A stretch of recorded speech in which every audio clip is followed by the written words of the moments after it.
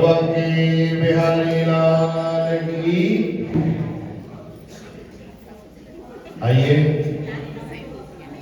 भगवान के श्री कमलों में, श्री चरणों में, भगवान के पाद पद्मों में अपने मन को लगाते हुए भगवान के एक सुंदर दिव्य भजन का प्रारंभ, दिव्य भजन से आज की कथा का प्रारंभ करें। आइए सभी लोग। बोलो बांके बिहारी लाल की। इतनी कृपा सावरे बनाए रखना, इतनी कृपा सावरे बनाए रखना, मरते दम तक सेवा में लगाए रखना। इतनी कृपा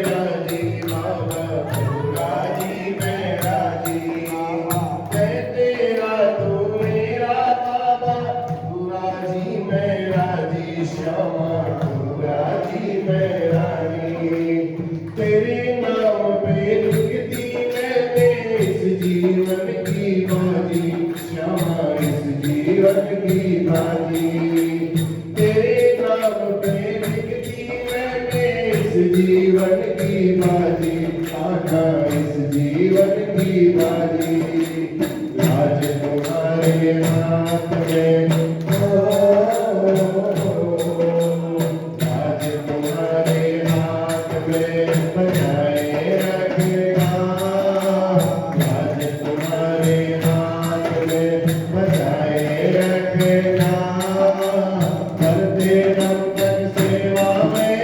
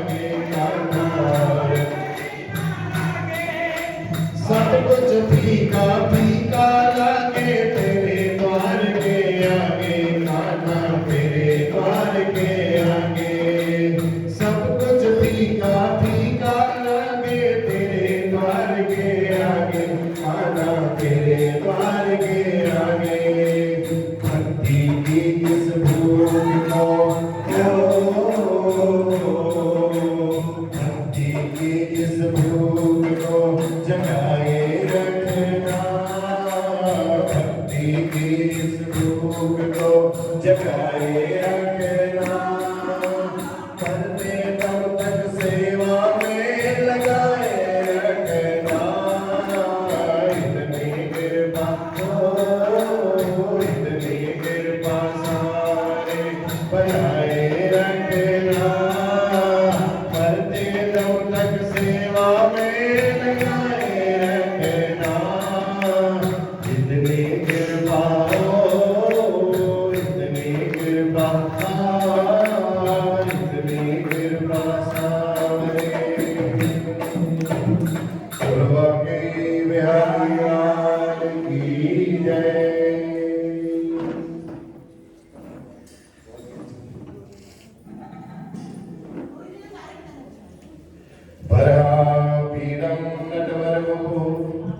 कर्णयोर्कर्णिकारं बिभ्रद्वासः कनककपिशं वैजयन्तीं च मालां रन्ध्रान्वेणोरधरसुधया पूरयन् गोपवृन्दैः वृन्दारण्यं स्वपदरमणं प्राविशद्गीतगीतिः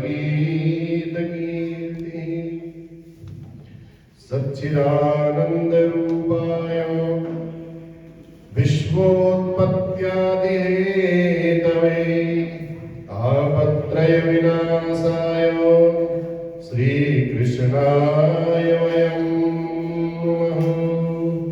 श्रीकृष्णाय वयं नमः। बोलो बाकी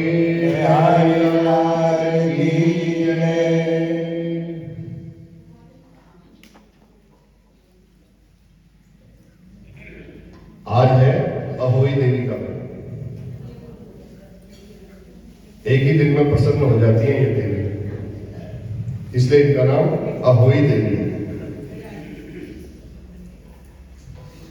देवर्षि नारद और राजा पृथु के बीच में संवाद चल रहा है। कल का प्रसंग फिर अभी इसके बाद सुनाएंगे। अहोई देवी की कथा हो जाएगी, कल सुनाएंगे। कल का प्रसंग भी छूट गया था ना। श्रोताओं को जागरूक होना चाहिए। वक्ता क्या होता है, बोलते बोलते भाव में कहां पहुंच जाता है, लेकिन श्रोताओं को इतना जागरूक होना चाहिए कि प्रसंग कहां पर छूटा था, महाराज जी वहां से प्रसंग फिर शुरू करिए। ये होना चाहिए श्रोताओं की जागरूकता, राजा परीक्षित की तरह। तो कल का जो प्रसंग था कहां पर छूटा था, नारद जी कहां पहुंच गए थे, जलंधर के शासन में। किसको देखने के लिए, लक्ष्मी नारायण को देखने के लिए। कैसे रह रहे हैं वहां, कितने साल सोबत से रह रहे हैं। अब ये प्रसंग जब कल सुनाएंगे तो ये सबको पता होना चाहिए कहां से कौन सा प्रसंग छूटा है। ये श्रोताओं की जागरूकता पर निर्भर करता है। आप कितने जागरूक हैं। कथा में नींद आ गई तो फिर क्या पता चलेगा, इसलिए बहुत जागरूक होकर के सुनना चाहिए। हाँ, फिर आज का प्रसंग पूछेंगे का। पृथुर्वाच देवर्षे वदतां श्रेष्ठ सर्ववेदार्थपारग त्वामहं पृष्टुमिच्छामि यतः सन्देहभेदकः तादृशं व्रतमाख्याहि यत्पुत्रधनवर्धनं पुण्यं यशस्करं सर्वलोकस्य हितकारकम्। राजा पृथु कहने लगे नारद जी को, महाराज आप तो उपदेशकों में बड़े श्रेष्ठ हो प्रभु, आप कृपा करके हमारे मन में एक शंका है, उस शंका का निवारण कर दीजिए। हम आपसे ऐसे व्रत का वर्णन चाहते हैं जो धन पुत्र आदि इन सब की वृद्धि करने वाला हो, पुण्य को देने वाला हो, यश को देने वाला हो और सब लोगों का हित करने वाला हो। तब नारद जी ने कहा, मैं आपको बहुत श्रेष्ठ अति उत्तम जो बहुत गुप्त है ऐसे व्रत के बारे में बताता हूं। सब देवों की देवी एक अहोई देवी है। उनका ही व्रत एक ऐसा है जो बड़ा महान पुण्यदायक है और सबके लिए हितकर है। तब राजा पृथु ने पूछा, कहा महाराज उनका जन्म कहाँ हुआ था, किस तिथि को उस व्रत को करना चाहिए। तब नारद जी कहते हैं, पहले की बात बताते हैं, कलयुग में अकाल मृत्यु हो गई। अकाल मृत्यु माने समय से पहले ही जिसकी मृत्यु हो जाए उसको बोलते हैं अकाल मृत्यु। तो सारे लोग अकाल मृत्यु से ग्रसित थे। अकाल मृत्यु से ग्रसित होकर के मनुष्य हो, पशु हो, पक्षी हो, जितने हो, बड़ा भारी विनाश हो गया वहां। कलयुग का ऐसा प्रभाव हुआ, सभी जनपद, बड़े बड़े राज्य सब समाप्त होने लगे। केवल बीज मात्र प्राणी ही इस संसार में रह गए। तो सब लोगों ने एकत्र होकर के कहा, भैया क्या करना चाहिए, ऐसे तो धीरे धीरे सारा संसार खत्म हो जाएगा। तो सब लोग वेदक के ब्राह्मणों के पास, ऋषियों के पास, शास्त्र वेत्ताओं के पास गए और जाकर के बड़े आदर के साथ प्रणाम किया और पूछा, कहा महाराज आप शास्त्रों को देख करके, शास्त्रों का अवलोकन करके बताइए कि इस कार्तिक इस कलयुग में अकाल मृत्यु को जो ग्रसित, अकाल मृत्यु से जिनकी मृत्यु हो रही है, जो अकाल मृत्यु को प्राप्त हो रहे हैं, उनको दूर करने का ऐसा कोई आपके पास उपाय हो बताएं, अकाल मृत्यु जिससे शांत हो जाए।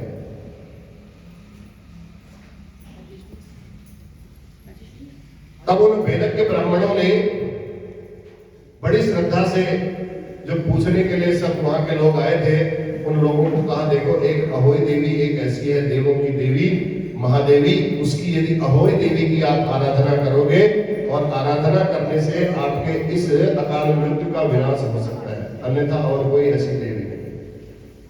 जब सब लोग व्रत नियम का पालन करते हुए सायंकाल के समय वहां बैठे थे, उसी समय बताया, ब्राह्मणों ने कहा, पूछा, लोगों ने पूछा कब करना चाहिए, कहा सप्तमी के दिन ध्यान तत्पर होकर के, और जब व्रत नियम का सब लोग वहां ध्यान करिए, अष्टमी के दिन की पूजा करिए।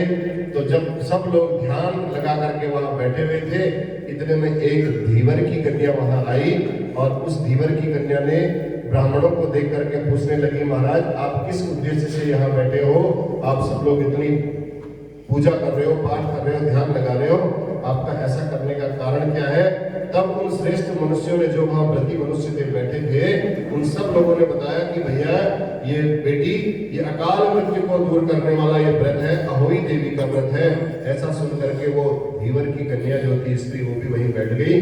तब सभी मनुष्य ब्राह्मण धीवर की पुत्री अहोई देवी की वहीं पर बैठ करके आराधना करने लगे, ध्यान करने लगे। उसी समय तुरंत कुछ समय पश्चात एक देवी की वहां पर देवी के साक्षात उन्होंने दर्शन किए, और वह देवी चामुंडा हाथ में मुंड लिए हुए, कराल कृष्ण काली वर्ण वाली कालिका देवी अहोई देवी के नाम से वहां दिखाई दी। एक ही दिन में प्रसन्न हो जाने के कारण एतस्मिन्नेव काले तु देवी साक्षात चामुंडा मुंडस्ता च कराला कृष्ण कालिकेति समाख्याता अहोई तव विस्तृता एका हनेव प्रसन्ना अहोई नाम ते प्रमद। एक ही दिन में ये प्रसन्न हो जाती है, इसलिए इनका नाम अहोई देवी रखा गया। तो उस देवी ने वहां बैठे हुए जितने ब्राह्मण थे, जितने लोग थे, रुद्रगण थे, उन ब्राह्मणों को देख करके कहा कि मैं रुद्रगणों के साथ मृत्यु को और काल को लेकर के मैं घूमने के लिए निकली थी, और मैंने देखा कि संसार में बहुत ज्यादा पाप बढ़ गया है, तो उस पाप को शमन करने के लिए मैं अपने गणों के साथ निकली थी। वर्तमान समय में सब ब्राह्मण भी वेद विहीन हो गए हैं, क्षत्रिय शस्त्र से विहीन हो गए हैं, वेद विहीन हो गए, लज्जा विहीन हो गए, क्षत्रिय अरक्षित बन गए हैं, वैश्य भी रक्षित नहीं रहे, शूद्र भी दुष्ट हो गए हैं, स्त्रियां पतिव्रत धर्म छोड़ करके स्वेच्छाचारिणी हो गई है। पाप की ऐसी भयानक स्थिति देखी है। उस अहोई देवी ने बताया कि उसको देखती हुई मैं यहाँ पर आई हूँ, तो कार्तिक मास में कोटि पुण्य फल देने वाले मैंने आपको इस पूजन करते हुए देखा, खाली पूजन करते हुए। कार्तिक मास में खाली पूजन भी हो जाए तो इतना महत्व है अहोई देवी के शब्द है। कहा मैंने जब आपको देखा, आप यहाँ बैठ करके पूजन कर रहे हो, और एक कार्तिक के महीने में, हे ब्राह्मणों, अब मैं आपको बताती हूँ कि कैसे मेरी पूजा करनी चाहिए। सप्तमी के दिन पूजन करते हुए देख करके जब आप कल से ही बैठे हो, मैं बड़ी प्रसन्न हुई हूँ। और आगे यदि आप लोग कोई वर मांगना चाहते हो तो आप कोई वर मांगो। तब उन लोगों ने प्रार्थना की, कहा देवी इतना अकाल पड़ गया है, खाने के लिए यहाँ कुछ नहीं है, लोग अकाल मृत्यु को प्राप्त हो रहे हैं, दुर्भिक्ष हो गया है, कुछ नहीं रहा यहाँ, तो आप ऐसी कोई, किसी को व्याधियां ना हो, किसी की अकाल मृत्यु ना हो, आप कोई ऐसा उपाय बताइए। तब वह देवी ने कहा किसी को अपुत्रता न रहे, ये भी एक वरदान मांगा। तब वो देवी कहती है, नारद जी बताते हैं कि उस देवी ने कहा, ब्राह्मणों सुनो, कार्तिक मास के कृष्ण पक्ष की अष्टमी तिथि तक, आज अष्टमी तिथि है, चंद्रमा एवं नक्षत्रों के उदय काल तक इस व्रत को रखना चाहिए। सप्तमी के दिन चंद्रमा निकलने तक और अष्टमी तिथि को नक्षत्र के उदय, काले आकाश में जब तक दिखाई दे, नक्षत्र उदय होने तक स्त्री पुरुषों को यह व्रत करना चाहिए। बालक, वृद्ध, रोगी जो ये लोग हैं, इनके लिए मनाही है, अन्यथा जिसकी श्रद्धा हो उसको करना चाहिए। और सायंकाल के समय में अहोई देवी की पूरे दिन भर खाना नहीं चाहिए। सायंकाल के समय अहोई देवी की पूजा करनी चाहिए। मनुष्यों को अहोई देवी की प्रतिमा बना करके, जैसे आपकी श्रद्धा है उसमें प्रतिमा बनाएं, और उसमें गन्ने की ईख और मूली कंदमूल ईख से उसकी पूजा करनी चाहिए। और समस्त ऐसा यदि आप लोग करोगे तो समस्त लोगों को सुख की प्राप्ति होगी और कहीं अकाल मृत्यु नहीं होगी, कहीं व्याधि नहीं होगी। तब धीवर की कन्या हाथ जोड़ करके कहने लगी, देवी आप तो महादेवी हैं और आप हमें भी कुछ आशीर्वाद दे करके जाइए। ऐसा सुनकर के अहोई देवी ने कहा, तू तो मेरी सबसे बड़ी भक्त है, तो जब इन सबके इन ज्ञानियों के बीच में तू बैठी है, तेरे से बड़ी भक्त कोई दूसरी नहीं है, इसमें कोई संदेह नहीं। मैंने जैसा विधान बताया है ऐसे विधान से जो मेरी पूजा करेंगे और पूजा की समाप्ति के बाद जब तक तेरी संतान की पूजा नहीं करेंगे तब तक उनकी पूजा पूर्ण नहीं मानी जाएगी। उसके बाद कुमारियों की और मालिन की पूजा करनी चाहिए। तो नारद जी कहते हैं ऐसा कह करके वह अहोई देवी अंतर ध्यान हो गई। तभी से सभी लोग इस अहोई देवी का व्रत करने लगे। बोल अहोई देवी की। तब नारद जी कहते हैं, राजा पृथु से कहते हैं, महाराज मैंने बड़े स्नेह के कारण बहुत ही गुप्त बात आपको बताई है। सभी गृहस्थों को ये व्रत करना चाहिए। जो लोग इस व्रत को करेंगे उन्हें संसार में सुख प्राप्त होगा, अकाल मृत्यु व्याधि शत्रुओं का भय नहीं रहेगा, किसी प्रकार का कोई कष्ट नहीं रहेगा। तब नारद जी कहते हैं, जो आपने पूछा राजा पृथु को मैंने वो सब बता दिया, अब आप मुझसे क्या सुनना चाहते हो? तब कहा, महाराज कार्तिक व्रत का जो महात्म्य है वो महात्म्य किसे सुख नहीं देता? बताओ, आप कितनी अच्छी अच्छी कथाएं बता रहे हो, सुनने में बड़ा आनंद आ रहा है, बड़ा अच्छा लग रहा है। रोज भीड़ बढ़ते जा रही है, रोज लोग आते जा रहे हैं, बढ़ते जा रहे हैं, तो इसका मतलब आनंद आ रहा है। तो ऐसा ही राजा पृथु भी कह रहे हैं नारद जी को, महाराज क्या बातें कर रहे हो, आप क्या पूछना, जो आप सुनाना चाहते हैं वो सुनाइए, हम तो सुनने के लिए बैठे हैं।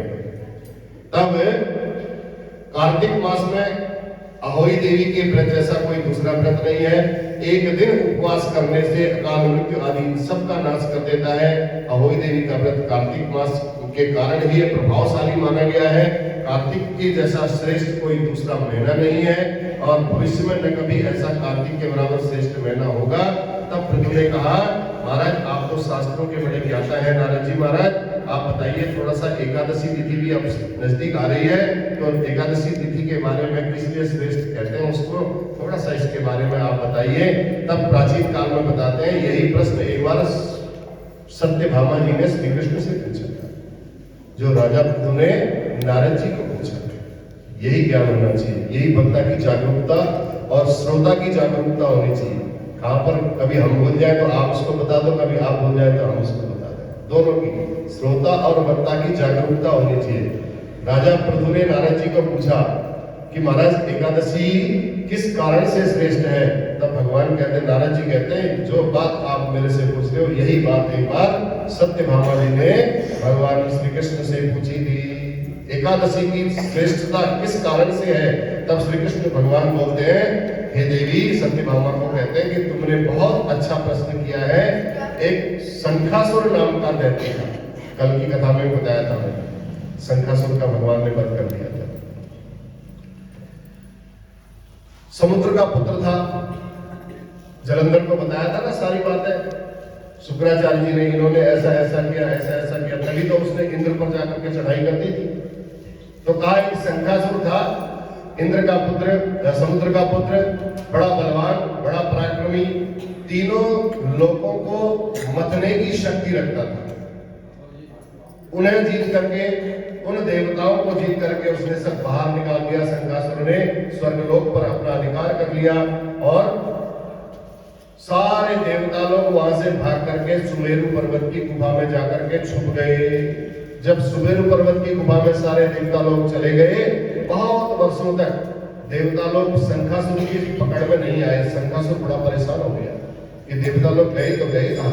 बलवान होने के कारण, इतना बलवान हो, मैं आज तक देवताओं को ढूंढ नहीं पाया। उसको अंदर से बड़ी ग्लानि होने लगी। अब मैं क्या करूं? मुझे पता चला है कि ये वेदों को जानते हैं, वेद मंत्रों का इनको ज्ञान है, उसी के बल से कहीं न कहीं ये छुप गए हैं। अब मैं वेदों को चुरा कर ही ले जाता हूं, बात ही खत्म। जब वेदों को ही चुरा करके ले जाऊंगा तो इनका बल अपने आप घट जाएगा। तो शंखासुर ऐसा सोच करके विष्णु भगवान को सोता हुआ देखा उसने, सत्यलोक में गया और वहां से वेदों को चुरा करके ले आया। राक्षस द्वारा लाए गए वेद से भयभीत होकर के यज्ञ मंत्रों सहित जल में सब बह गए। तब उन्हें ढूंढने के लिए शंखासुर समुद्र के भीतर जा पहुंचा, परंतु उन्हें कहीं देख नहीं पाया। तब ब्रह्मा जी ने सब देवताओं को लेकर के विष्णु भगवान की शरण में गए। ब्रह्मा जी देवताओं को लेकर के, और वहां जाकर के सब देवताओं ने भगवान विष्णु की स्तुति की। स्तुति करने के भगवान विष्णु को जगाने लगे, और जगाने के बाद गंध पुष्प धूप दीप नैवेद्य सब समर्पित किए। षोडशोपचार भगवान जी का पूजन किया। तो इस प्रकार दंडवत प्रणाम करते हुए सब देवता लोग वहां लेट गए। हे देवताओं, भगवान की जब निद्रा भंग हुई, समाधि भंग हुई, देखा सामने देवता लोग स्तुति कर रहे हैं। पूछा, कहा महाराज देवताओं, किस कारण से आप लोग यहाँ आए हो? आप अपनी मनोकामना कहो, मैं तुम्हें तुम्हारी सारी मनोकामनाएं पूरी करूंगा। तब उन्होंने सारी बात बताई। कहा, महाराज शंखासुर वेदों को चुरा करके ले गया है, हम तो शक्ति विहीन हो गए, हमारे पास अब शक्ति रही नहीं, अब हम क्या करें? कहा, मैं आज से ही मैं आपके सारी मनोकामनाएं पूर्ण। शंखासुर जिन वेदों को चुरा करके ले गया है, उन वेदों को मैं लेकर के आऊंगा, सब जल के भीतर ही है। मैं उस समुद्र पुत्र को मार करके लाऊंगा, और आज से सभी वेद बीज मंत्र और यज्ञ सहित कार्तिक के महीने में जल के भीतर ही निवास करेंगे। इसलिए आजकल कार्तिक के महीने में स्नान करना श्रेष्ठ माना जाता है। वैसे तो 12 मास स्नान करना चाहिए, लेकिन कार्तिक के महीने में ब्रह्म मुहूर्त का स्नान बड़ा श्रेष्ठ माना है। और जल के भीतर ही सारे वेद पुराण इतिहास जितने हैं सब उनके भीतर निवास करते हैं कार्तिक के महीने। ये भगवान के वचन है। तो इसलिए भगवान विष्णु ने कहा, आज से हम भी उन वेदों के साथ साथ जल के अंदर हम भी निवास करेंगे, कार्तिक मास में वहीं रहा करेंगे। मुनियों के साथ आप सभी लोग इस जल के भीतर निवास करें। देवताओं को भी आदेश दे दिया, जो लोग इस कार्तिक मास में प्रातः काल स्नान करेंगे और यज्ञ की समाप्ति पर मिलने वाले स्नान का फल उनको अवश्य प्राप्त होगा। तो इसलिए कार्तिक मास का व्रत करो, कार्तिक मास में व्रत करने चाहिए। सदैव जो भी व्रत करते हैं भगवान विष्णु के उस धाम को प्राप्त होते हैं। आपत्ति से बचाने का काम हे वरुण जी आपकी जिम्मेदारी है, आप करना।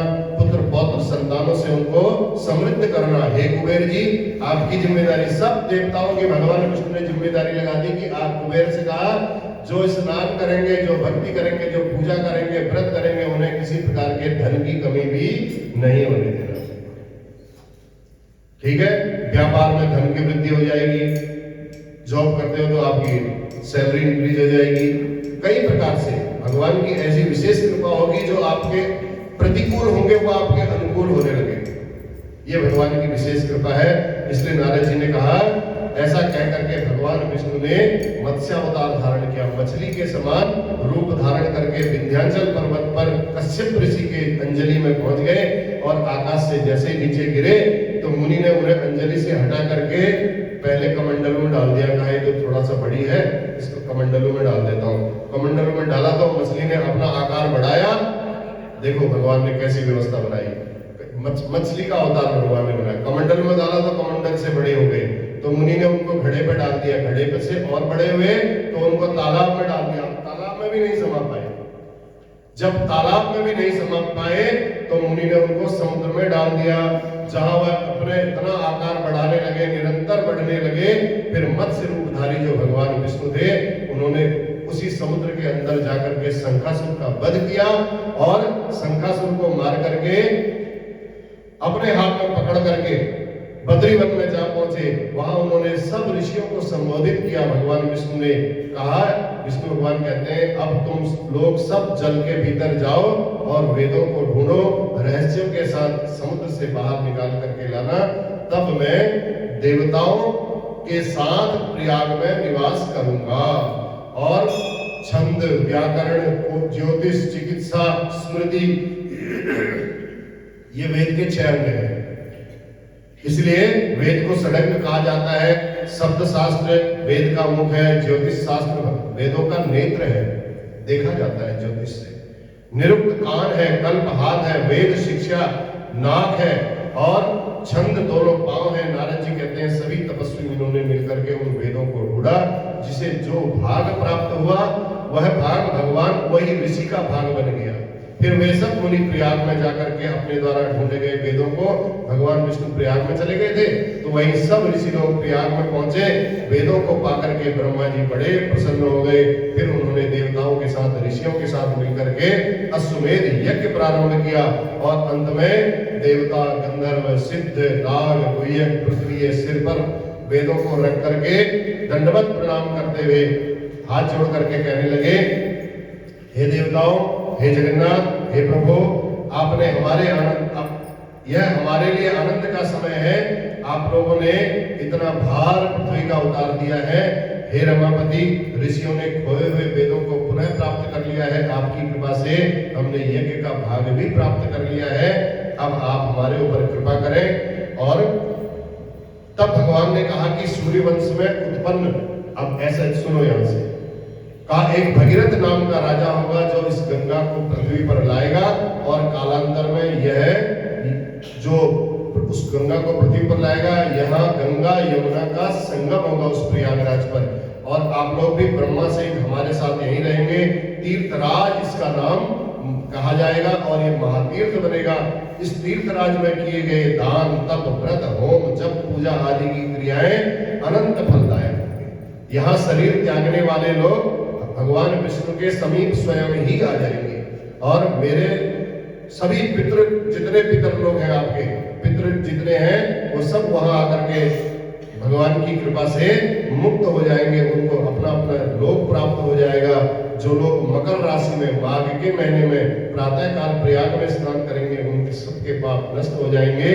जो बद्रीवन में भगवान सदैव निवास करते हैं, जो बद्रीवन में जाकर के तपस्या करेंगे, भगवान की उन पर विशेष कृपा होगी। अन्य स्थानों पर 10 वर्षों तक तपस्या करने से जो फल प्राप्त होता है, बद्रीवन में एक दिन में वो फल प्राप्त हो जाता है। जो श्रेष्ठ मनुष्य यहाँ बद्रीवन में आकर के निवास करेंगे और प्रयागराज में जाकर के स्नान करेंगे, वह सब पापों से रहित और जीवन मुक्त हो जाएंगे। कार्तिक मास में भगवान कहते हैं मैं जागृत हुआ हूं, जगा हूं। माघ मास में यज्ञ महोत्सव हुआ। ये दोनों महीने बड़े स्नान के लिए, व्रत के लिए, दान के लिए बड़े श्रेष्ठ बताए गए हैं। जो लोग माघ और कार्तिक मास में प्रातः काल स्नान करेंगे, उनके दर्शन करने मात्र से भी बड़े बड़े पाप नष्ट हो जाएंगे। बोल बांके बिहारी लाल की जय। जय नारायण नारायण हरि हरि, जय नारायण नारायण हरि हरि। तेरी लीला सबसे हरि हरि हरि हरि। जय जय नारायण नारायण हरि हरि, जय जय नारायण नारायण हरि हरि। श्री भागवत भगवान की है आरती, पापियों को पाप से है तार। श्री भागवत भगवान की है आरती, पापियों को पाप से है तार। ये खबर करती मुक्ति पत्नी पंचम वेद निराला, जो जगाने वाला है अमर ग्रंथि मुक्ति पत्नी। ज्योति जगाने वाला हरि नाम यही, हरि धाम यही, हरि नाम यही, हरि धाम यही। यही जग मंगल आरती, पापियों को पाप से है तार। श्री भागवत भगवान की है आरती, पापियों को पाप से है तार। ये शांति गीत गावे पापों को मिटाने वाला, हरि रस दिखाने वाला। ये शांति गीत पावन पुनीत पापों को मिटाने वाला, हरि रस दिखाने वाला।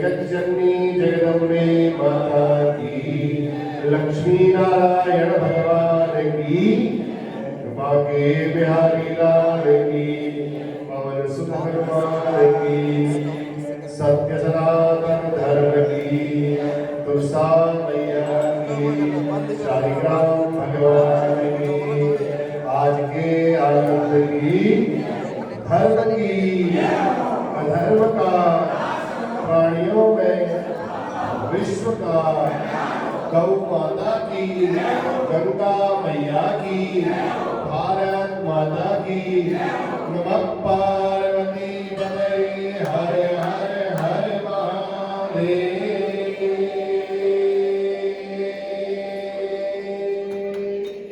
जय जय श्री राधे